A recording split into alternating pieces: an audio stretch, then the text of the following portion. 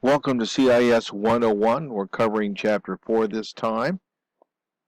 Okay. Last class we talked a little bit about Chapter 3 of using the Internet and making the most of the web's resources. And of course, by the web we mean the World Wide Web or the Internet.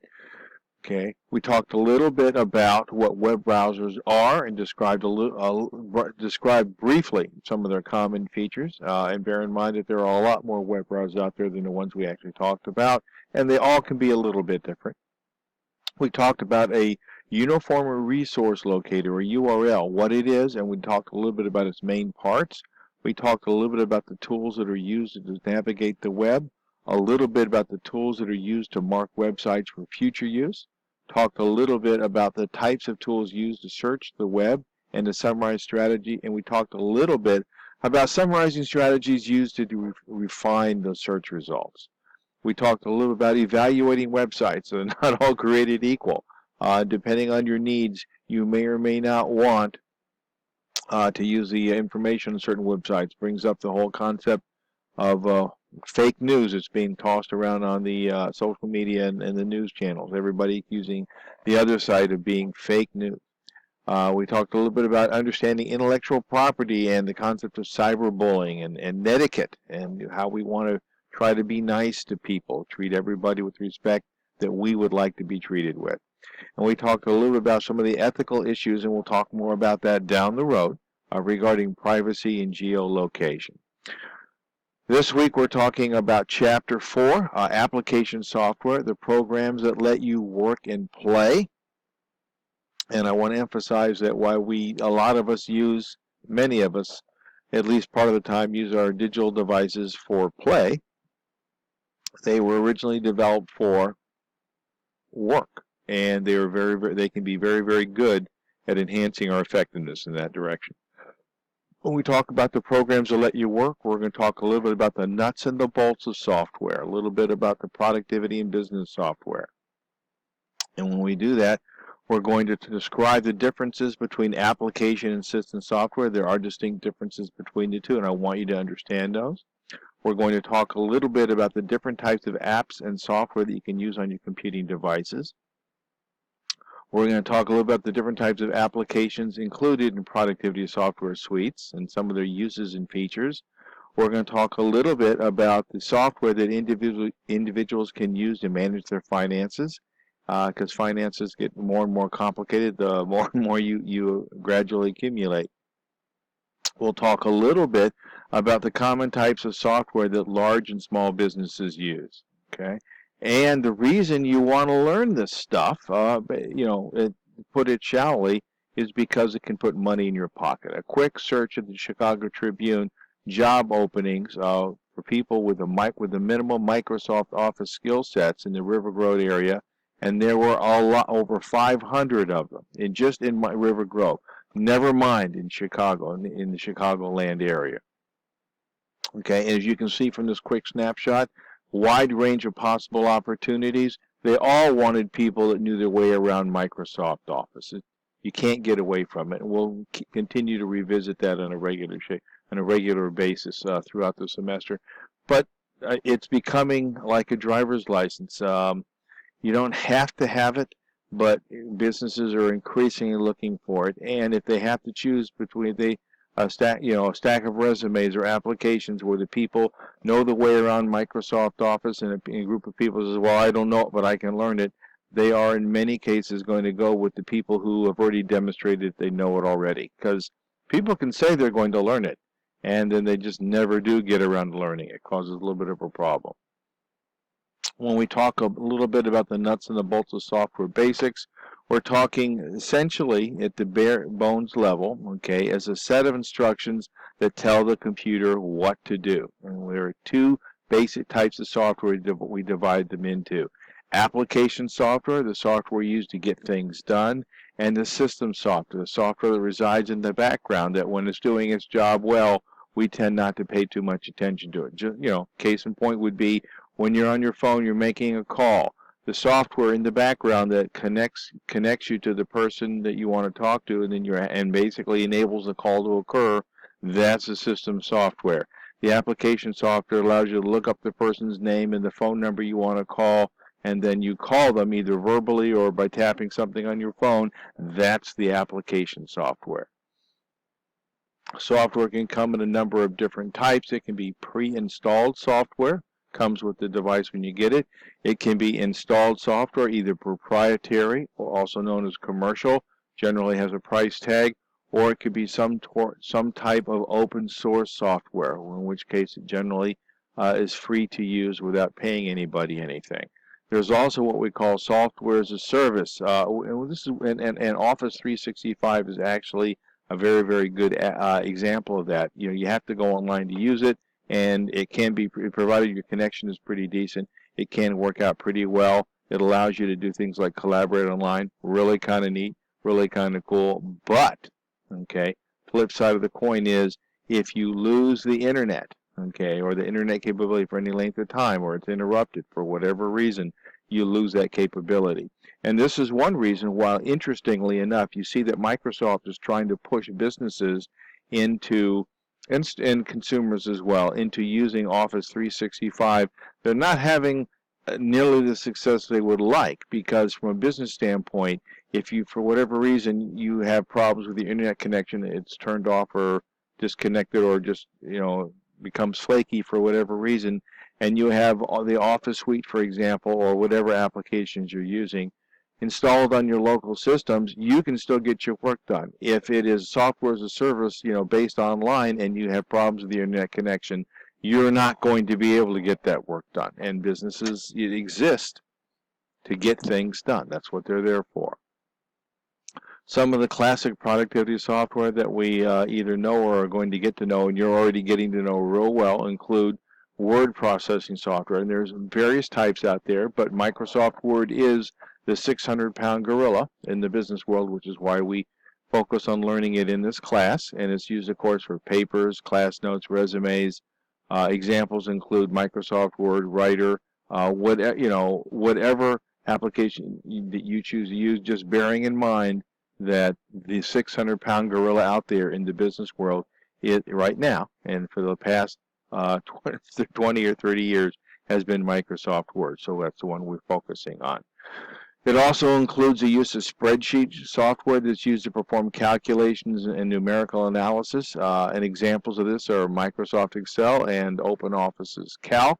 And there's many other good ones out there. Okay, Microsoft Excel is not necessarily the best one out there. I'm not going to claim that, but it is the 600-pound gorilla. And interestingly enough, not that long ago, except that it probably seems that way to you, Excel or spreadsheet software was actually the #1 business application in the world. A lot of times, businesses and computers were sold, okay, simply so people could use spreadsheet software. I think the favorite was Excel 123 was the classic favorite, and I still remember seeing ads for Excel. People would go out and they would buy the equivalent of what was a laptop computer at that time, which is really more like a small suitcase, just so they could do Excel 123 and take their work home from the office, or even at the office. Spreadsheet software, and we're going to get into that a little bit this week, allows you to do some pretty neat things, and we're going to play with that a little bit. Kind of neat, kind of cool stuff. Can be an amazing, effective way, especially when you pull information in and put it into charts to help see something more clearly, to help get your point across, and that's what it's all about. Okay, making the best decisions for your organization.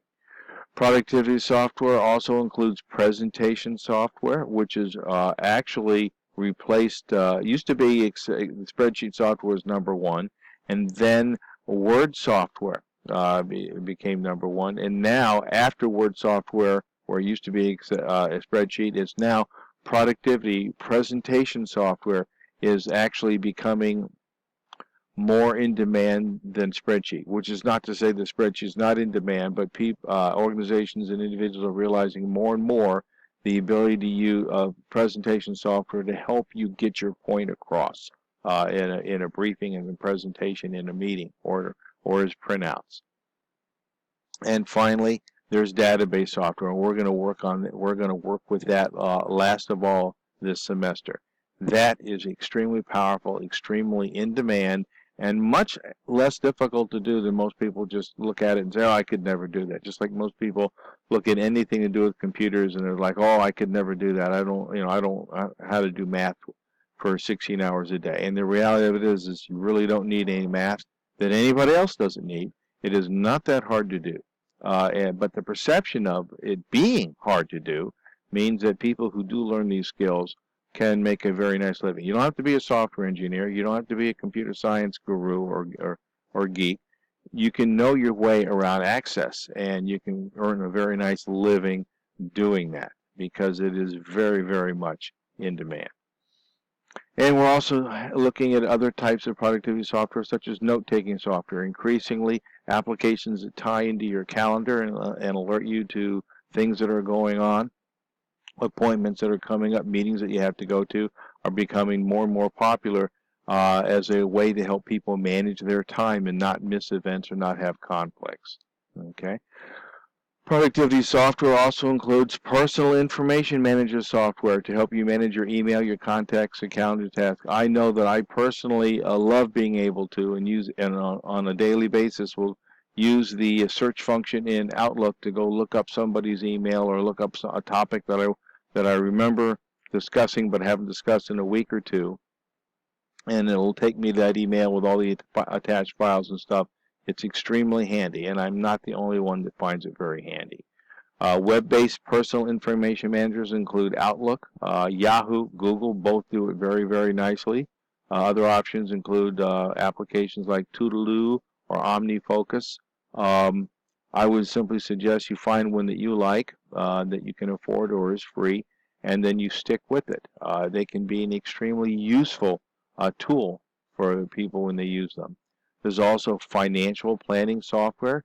Finances become more and more complex on a regular basis, and being able to use financial planning software to manage your daily finances, to figure out your taxes. I'm at the age now where I actually have software that I use to help me track my Social Security situation, and when it would be at, the most effective time for me to retire from a Social Security standpoint, balanced with the other things that I have going on.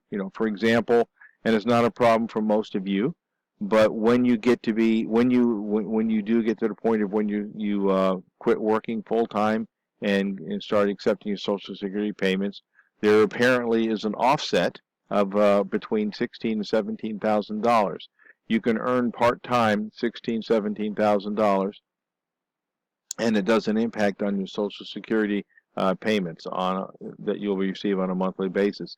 But once you start earning more than that, okay, they start offsetting your Social Security on a one-for-one. So in other words, if I earn $30,000 part-time after I'm earning Social Security, $13,000 of that is going to be offset by my Social Security earnings. So it's like, so they really don't encourage you to earn more than the $16,000 or $17,000. More than that, and you're essentially working for free. It kind of doesn't make sense. Application software also includes accounting software for tracking accounts receivable and payable, inventory management. Most of us don't realize that when we buy something in the store, not only is the price rung up at the at the checkout register, hopefully the correct price, but it's also deducted from the store's inventory to give them a better picture for what's selling well, what's not selling well. Do they need to order more? Do they need to have a sale because they have too much of an inventory? They need to move it out the door. Also, desktop publishing software of various types, and web authoring software of various types for the design of web pages, of web blogs, which are becoming increasingly popular and increasingly profitable as a way for people to earn a living. And I still find myself a bit amazed at the different ways that you can communicate on the web and just put out information either for information's sake or for entertainment's sake, and you can increasingly earn a fairly decent living on that. I still shake my head, and I'm kind of jealous of a gentleman named Louis Rossman out in New York. He runs a small Apple store. He repairs Apple iPhones, Apple Macs, MacBook Pros. And on the side, as a hobby, he has a vlog, okay, on YouTube. And he has 1.2, 1.3 million subscribers. His part-time hobby. And he just blogs on all sorts of interesting topics between, what's going on at work, what's going on in New York, his opinions on anything. Earns him approximately $550,000 a year. That's not bad for a part-time hobby. It's more than I've ever made in my life, and kudos to him for doing it. He's I love listening to him. He's a very interesting guy.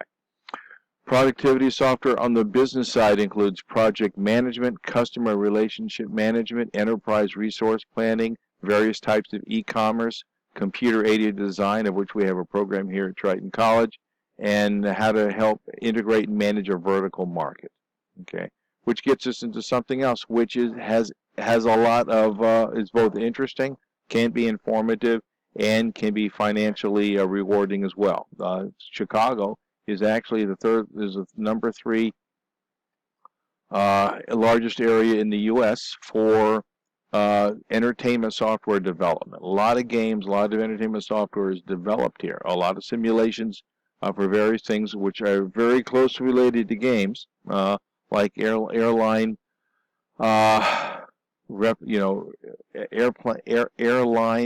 airplane management software to simulate the interior of an airplane and how it flies and how it handles is developed here in Chicago. Okay, and when we talk about multimedia and entertainment software, okay, we are talking about describing the uses and the features of digital image editing, video editing, and drawing software.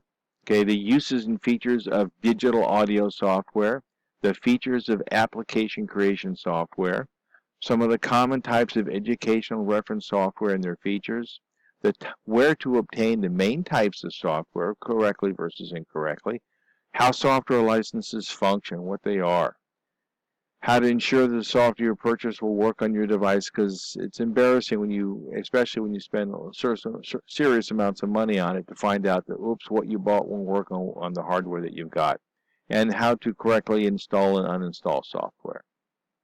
When we're talking about multimedia and entertainment software, we're talking about drawing software, digital image and video editing software, digital audio software, application creation software, education reference software, all falls into the multimedia and education software family, and I'm sure it will continue to grow and change as time marches on.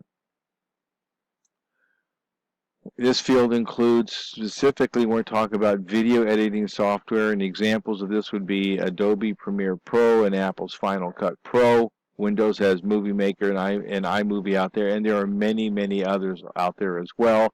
I'm using Screencast O-Matic software, which I really like and is very, very cost effective.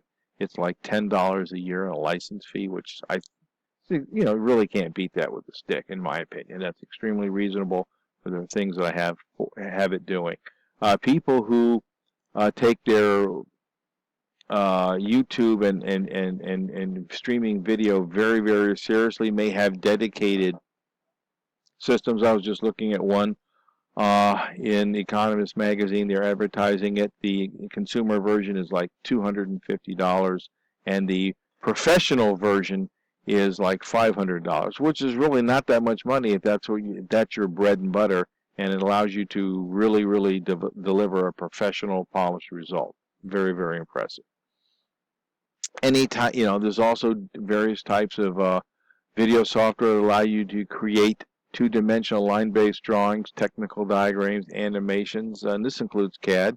At a professional level, you're moving up to programs like the Adobe Illustrator, and they also have programs that focus on home and landscape planning. And generally speaking, not always, the proprietary, the commercial, the 4-pay types are going to be more powerful, more capable than the free versions. Not always, but generally speaking, that's the way they work. Okay. There's also, in the multimedia side, digital audio files, which can be far more comprehensive and complete than most people realize. MP3 files, for example, which most of us look at, are considered to be a compressed type of file. you are only, an MP3 file basically has 90% of the actual complete sound range of an original uncompressed sound file. And for most of us, that's fine. We don't even know what we're missing. If we are a sound aficionado, we are probably going to want to be using some sort of uncompressed sound type, like a WAV file or an AIFF file, which are going to be bigger because they're not compressed, but are going to have the entire range of music. And this gets us into, and we'll talk about this down the line as well, sound cards, and speakers, and the tools we use to all the tools that go into reproducing sound or reproducing video. Okay, and these software types allow us to create and record audio files. I could actually do that with my Screencast-O-Matic software I'm using here, although I'm using it in its audio and video mode for this presentation. And there's also audio editing software which can extend the create and record audio file capability to add in audio, to cut and paste, do all sorts of interesting things. Everybody, I'm sure, I'm not sure, but I'm pretty sure, has seen Forrest Gump at least once and maybe more than once.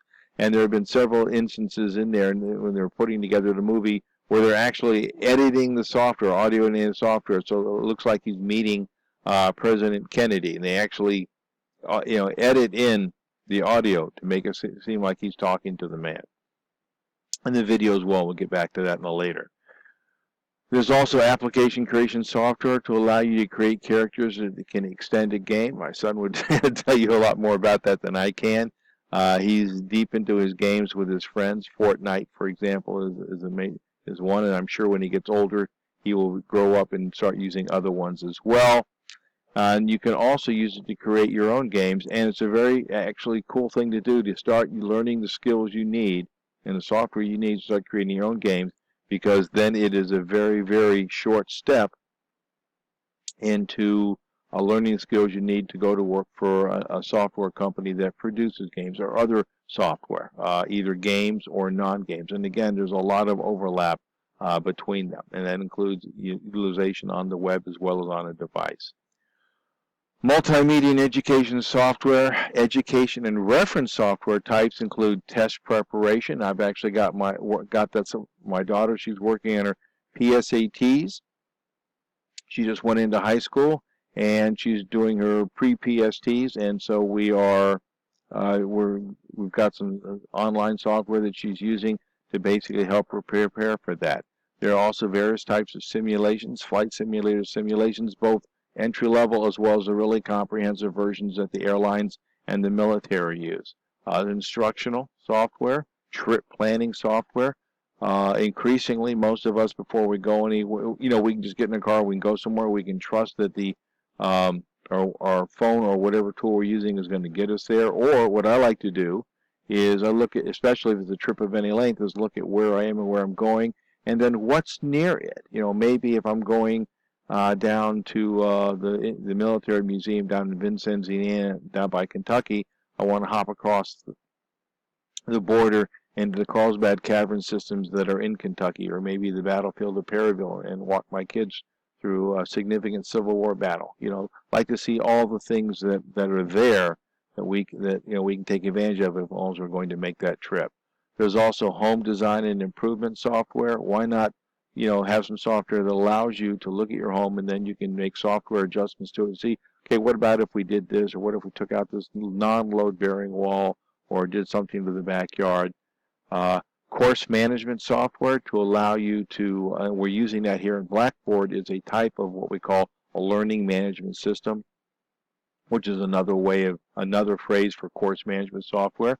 Brain training is becoming increasingly popular, especially they are finding an increasing number of studies show that just like you can go to the gym and you can work out your body, there are programs you can do to train your brain to help retard or avoid the onset of diseases associated with age, like Alzheimer's.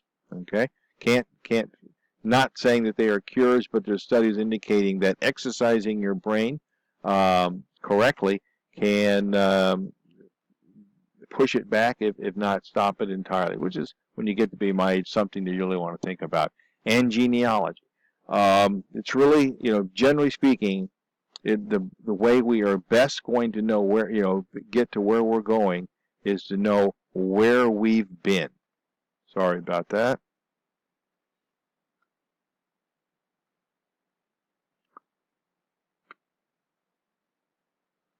And a lot of times it can be very helpful to talk to your parents, talk to your grandparents, talk to your relatives, work on your genealogy, your family tree, both for free and for a few bucks. The very nice one, I don't own stock in any of these companies, is genie.com. It's actually more like a Facebook with a genealogy side to it, and it's more for your immediate family and finding out who your cousins and your second cousins and everybody are. And I really kind of like it because I have found relatives that I didn't even know I had. It's kind of neat and kind of cool because we tend not to really talk about our relatives nearly probably as much as we should. And there are other ones with much more of an historical content like Ancestry.com or Family Tree or whatever. It's worth learning something about, because I'm here to tell you, most people don't pay too much attention to this until they get to be a little older, and then one of the first things you want to do is go talk to your older relatives and find out what they know, and then write everything down. And if they don't remember or they have passed on, okay, then it's kind of hard to do that. So the earlier you can start doing this, the better the results will be, and the happier you will be. And most people, down the road are very, very happy to have as complete a picture of their family tree as possible. It's really a very interesting hobby. Find out, where your ancestors came from, who they knew, what they did. It's a good thing for the children, every family to know and then pass on to their children. And of course, when you talk about getting software, it talks about, are you getting it for a business, are you getting it for an organization, are you getting it for an individual? And they break it into categories of which ones are good and are free, which ones are new and seem to do a really, really good job and take advantage of the latest features, which ones seem to be doing the best in terms of making money. The Office Suite is a good example of that. It may not be the best out there, but it's certainly making the most money and has the 600-pound gorilla position. Doesn't mean it's the best, but it's certainly not the worst.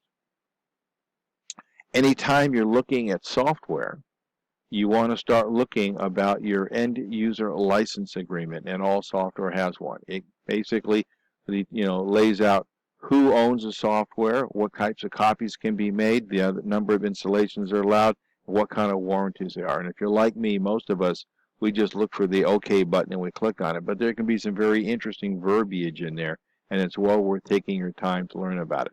For example, I used to can't do it anymore, buying copies of the Microsoft operating system way back when you bought a copy. It was clearly laid out in the warranty in the EULA that it was for basically one desktop and two laptops, and basically three computers, because the software itself had no way of telling, if it was for a desktop or a laptop, whatever. It was a computer. So basically, each license was good for three computers, and I love that because I tend to have way too many computers around, and if I could buy, a copy of an OS and legitimately install it on three computers, I thought that was pretty neat. Currently, more and more, Microsoft only sells their EULAs. For, say, the Windows 10, it's for one computer. I'm not nearly as happy about that as I might be. I live with it because I'm going to do the right thing, but I am a huge fan of buying old beat-up computers, on eBay, and I don't really want the computer, but it will still have its Windows license sticker with the registration sticker with the license code, taped on the bottom of it, and that's what I'm really after. I don't really care about the computer so much. I want that software license that goes with that computer. When you're looking at getting software for any type of device you have, things you want to think about include the compatibility, the system requirements. Is there a newer version of the software out there, or maybe you don't want a newer version? Case in point, not necessarily not software related, but for this class, You can spend a lot of money on the latest version of the textbook and the lab book, not a problem. Or you can go back and get an earlier edition of it, and you can spend considerably less money. And you also want to look at whether it's backwards compatible or not. If you get the latest version of software and it will not work with the earlier versions of the same software, that might prove to be a problem. There can actually be reasons where you would want to hold off on getting the latest version if it won't work with everybody else. How you're going to get that software. Is it going to come on a DVD, or are you going to download it from the internet? Is it going to be a full installation type? Is it going to be a custom installation? What do you do if you're recovering from a computer crash? Are you going to have to download it and buy it all over again, or are they going to have a record of the sale and say, okay, fine, you had a computer crash, you're having to reinstall, here it is again. And it turns out, for whatever reason you want to uninstall it, what is the uninstallation process going to be? Okay, something else to think about. Extra credit for assignment submission in assignment 14. Okay, if you want, totally voluntary, do not have to do this. Research and discuss, okay, in 100 words, the differences between application and system software, or completely different, and you do one or do the other. The types of applications that are included in productivity software suites, and describe their uses and features. And either one you do is going to be worth doing, but you want to do a good job because this is good information to have on your own. Plus, you get some extra credit for it. You submit that as a file in assignment 14, and I will grade it as extra credit. Okay, we have talked a little bit about the differences between application and system software. We've talked a little bit of about the different types of applications and software you can use on your computing devices. We have talked a little bit about the types of applications included in productivity software suites and described their uses and features. We talked a little bit about some of the software types that individuals can use to manage their finances, a little bit about the common software types that large and small businesses use. We talked a little bit about multimedia, digital image editing, video editing, and drawing software types. A little bit about the uses and features of digital audio software. Talked about the features of application creation software. We talked a little bit about the common types of educational reference software and their features. Okay. Talked a little bit about where to obtain the main types of software and software functions. Okay. Talked a little bit about making sure that your software you purchase will work on your device, and we talked a little bit about how to install and uninstall software. Okay, subject to your questions. I will be around for the rest of the class and, of course, online to answer them. But the best time, if this is a traditional class and we're using the Blackboard Collaborate, that is by far the fastest way to get a response from me. So the things you want to work on, you either are working on, and I know depending on whether your books are in or not, you want to get in Word Chapter 1, Word Chapter 2, Word Chapter 3, and Word Chapter 4. This week, assuming you got all those in and you're comfortable with them, we're doing the Word Lab quiz. It's open book. It's this week. It is not a team effort. It is an individual effort. You can prep for it all you want to. And if you're not ready, you can delay it to next week, but really try to get it in this week. And this week also, Excel Chapter 1, Skills 1.1 to 1.9 of the Excel Chapter 1 in our lab book. And bear in mind that the midterm exam is now 3 weeks away. Still a fair amount of time, but it's coming up fast.